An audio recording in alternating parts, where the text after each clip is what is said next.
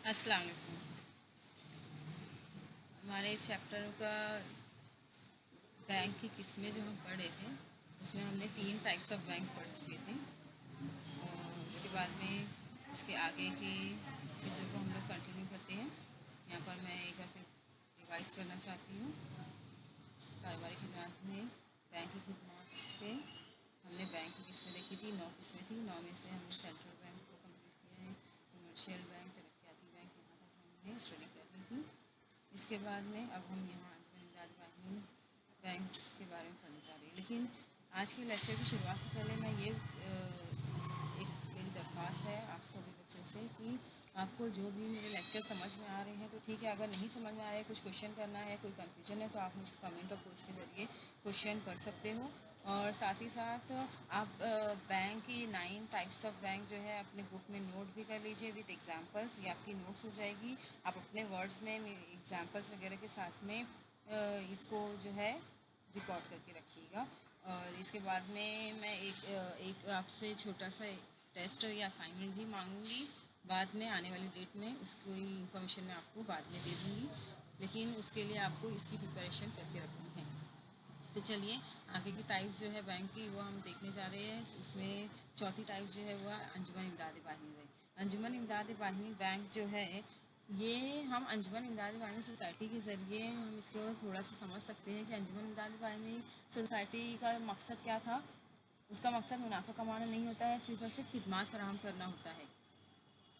उसी तरीके से बैंक भी होती है। बैंक का यहाँ पर इस बैंक का मकसद टोटली मुनाफा कमाना नहीं होता है। ये लोग कॉस्ट कट टू कट जो है डील करते बैंक में सर्विसेज प्रोवाइड करते हैं। इनका सिर्फ और सिर्फ मकसद ये होता है कि ये डिपॉजिट लेवे और उन लोगों को कर्ज फ्राहम करे जिनके पास में जिनको कारोबार शुरू करना है, कारोबार को आगे बढ़ाना है, लेकिन ये मुनाफे कमाने के मकसद से अंजाम नहीं दी जाती है। अंजुमन इमदाद बाहिनी 3 सतह पर चलाई जाती है। एक है गांव एरिया में यानी कि प्राइमरी, दूसरा है रियासती सतह पर यानी कि डिस्ट्रिक्ट, और तीसरा है ज़िलाई सतह और रियासती सतह, डिस्ट्रिक्ट लेवल और स्टेट लेवल। तो यहाँ पर ज़िलाई सतह और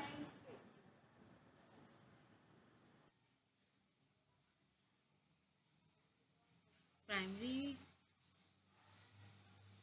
सोसाइटी जो होती है वो गांव के सतह पर काम करती है।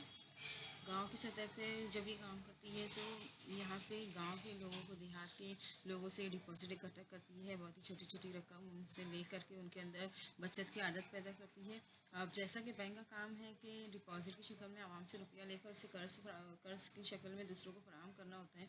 तो यहाँ पर जब छोटी छोटी रकम वो इकट्ठा करती है तो वो रकम इतनी बड़ी नहीं हो पाती कि वो लोगों को लोन कर्ज दे सके। तो इसके लिए वो कर्ज के लिए जो है प्राइमरी कोऑपरेटिव बैंक को डिस्ट्रिक्ट कोऑपरेटिव और स्टेट कोऑपरेटिव बैंक हेल्प करती है और उनको कर्ज देने के लिए फाइनेंस भी फराहम करती है। उसके ऊपर के सतह पर उसके थोड़ा हाई लेवल पे जो मिडल लेवल पे जो आती है वो आती है डिस्ट्रिक्ट कोऑपरेटिव सोसाइटी ज़िलाई अंजुमन इमदाद बाहिनी। यहाँ पर ज़िलाई सतह पर तमाम लोग वहाँ पर डिपॉजिट अपना अकाउंट ओपन करते हैं और साथ ही साथ कर्ज भी लेते हैं।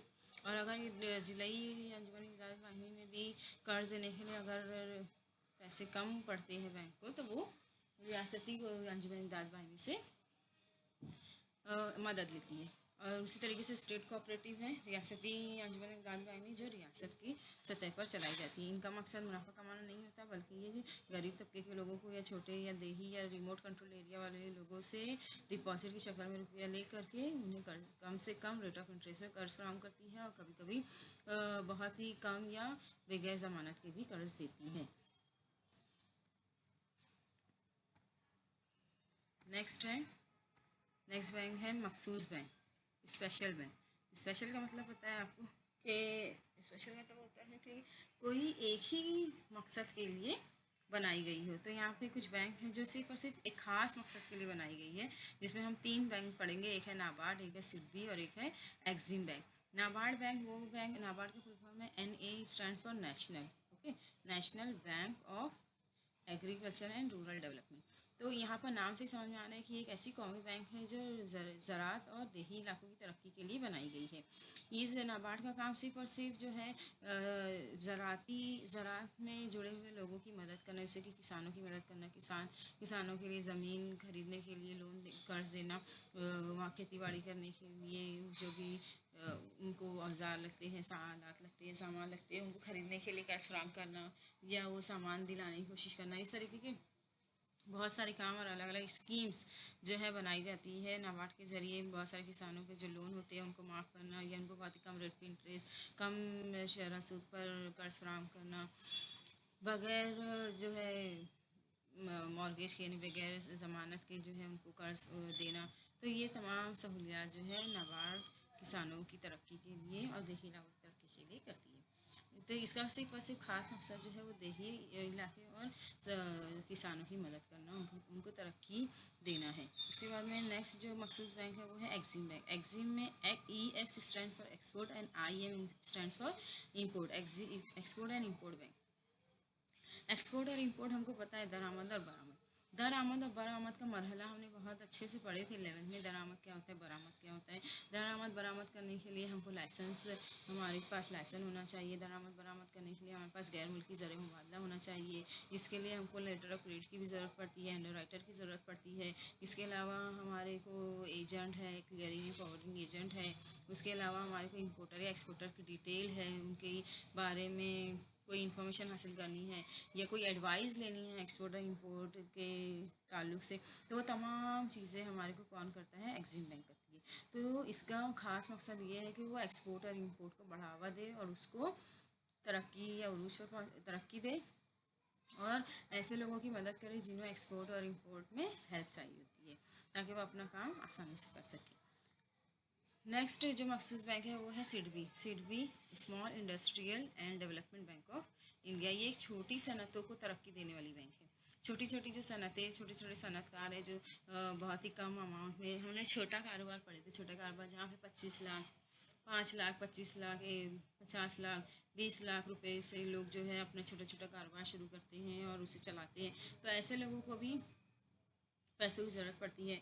ऐसे लोगों को भी अपने कारोबार बंद होते हुए कारोबार को दोबारा से चालू करने की ज़रूरत पड़ती है। ऐसे लोगों को भी, ऐसे लोगों के कारोबार को भी कामयाब बनाने के लिए जदीद टेक्नोलॉजी, नई नई टेक्नोलॉजी, नई चीज़ों की ज़रूरत पड़ सकती है। जिन और इन तमाम ज़रूरियात को पूरा करने के लिए एक ही चीज़ चाहिए होती है, वो होता है कैपिटल। कैपिटल उनके पास नहीं होता है, इसके लिए वो कहाँ जाता है, बैंक के पास जाता है। तो सिडबी एक ऐसी बैंक है या एक ऐसी इंस्टीट्यूशन हम कह सकते हैं इसको, जो ऐसे छोटे किसान, छोटे कारोबारी शख्स को जो है छोटे छोटे लोन अलग अलग स्कीम के ज़रिए देती है।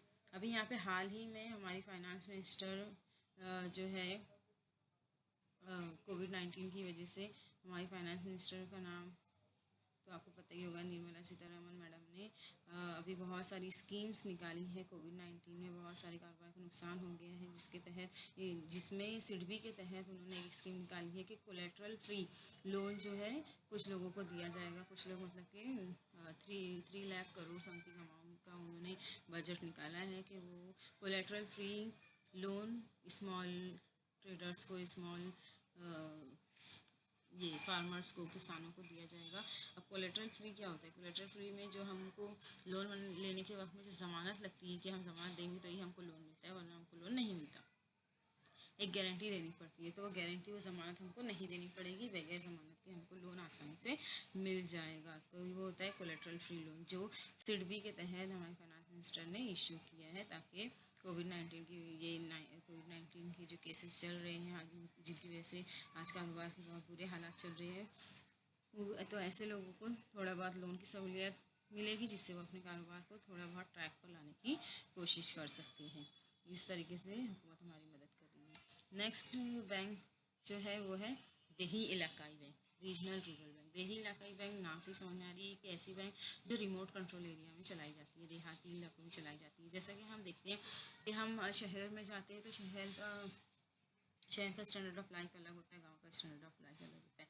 शहरों में अगर हम देखेंगे तो यहाँ पर बिजली, सबसे मेन तो बिजली है, एजुकेशन है, बिल्डिंग्स है, रहने के लिए बहुत सारी सहूलियात है, पानी है, ये तमाम सहूलियात हमको यहाँ आसानी से मिल जाती है। लेकिन देही इलाकों में अगर हम जाएँ तो वहाँ पर तो लोग भी हमको बहुत दूर दूर जाने के बाद दिखाई देते हैं, और बिजली वगैरह ये सब चीज़, कोई भी चीज़ें वहाँ पर हमको बहुत अच्छे से नहीं मिल पाती है, कोई भी सहूलियत। तो बैंक की सहूलियत कैसे मिलेगी? तो ये बैंक का खास मकसद यही है कि देही इलाकों में बैंक की सहूलियत जो है फराहम की जाए। वहाँ पर भी लोगों को सेविंग की आदत, बचत की आदत उनके अंदर डाली जाए डिपॉजिट्स के ज़रिए। और वहाँ पर भी जो लोग हैं जो अपना छोटा मोटा कारोबार किसी न किसी तरीके से चला रहे हैं, तो उनकी मदद करने के लिए, उनको लोन देने के लिए, उनके कारोबार में मदद करने के लिए देही इलाकाई बैंक जो है वो कायम की गई है। इसका इस्टेब्लिशमेंट जो है, इसका क़याम जो है 1975 में आया। और ये जो है मरकज़ी बैंक के ज़रिए ज़्यादातर अमल में आती है। मरकज़ी बैंक में इसका 50% जो है सरमाया लगा होता है, जबकि रियासती का 15% सरमाया होता है और दीगर बैंकों का 35% सरमाया जो है इस बैंक में लगाया जाता है, ताकि ये बैंक को चला करके देही इलाकों को थोड़ा सा सेटल किया जा सके। उसके बाद में आता है एक्सचेंज बैंक।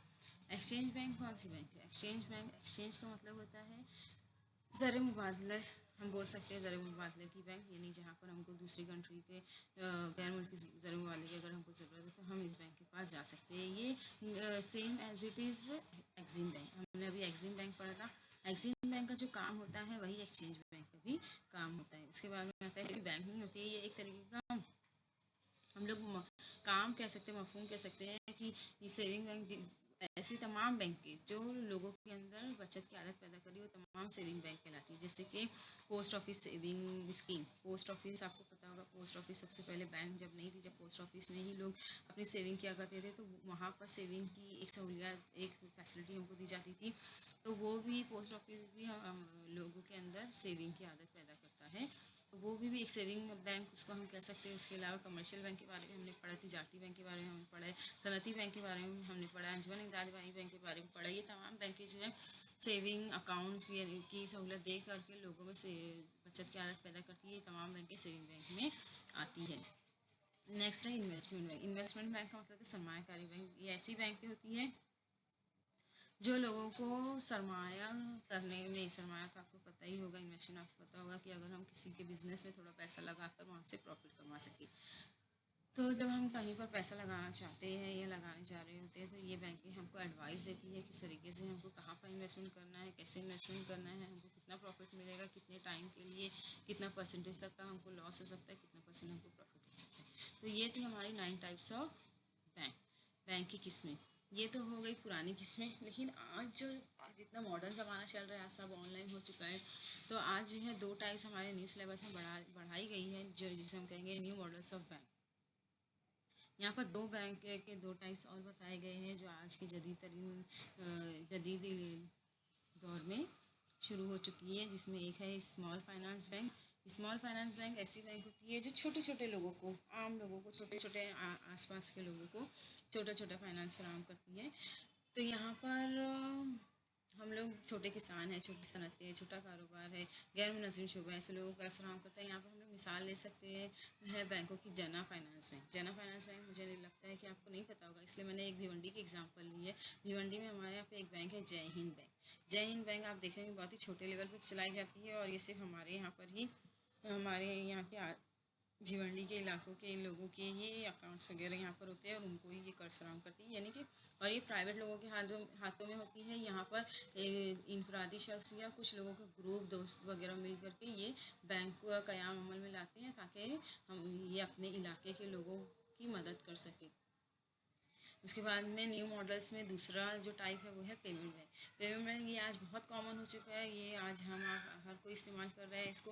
पेमेंट बैंक में जो है 1 लाख से ज़्यादा डिपॉजिट ये बैंक नहीं लेती है, लेकिन यहाँ पर रेमिटेंस की सहूलत और नेट बैंकिंग की सहूलत, मोबाइल बैंकिंग की सहूलत, ATM कार्ड की सहूलत, तमाम सहूलतें ये देती है। इसके अलावा लोन भी ये फराहम करती है। इसका एग्जांपल हम लोग बेस्ट एग्जांपल ले सकते हैं पेटीएम बैंक।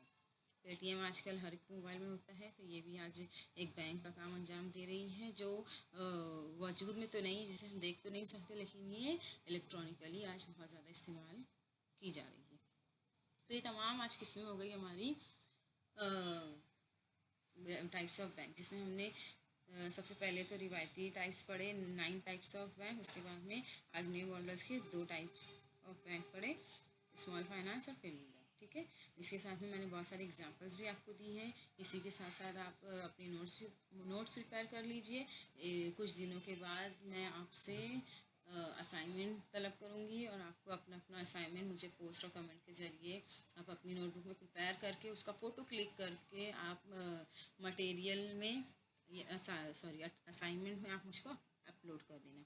ठीक है, चलिए, अल्लाह हाफिज़।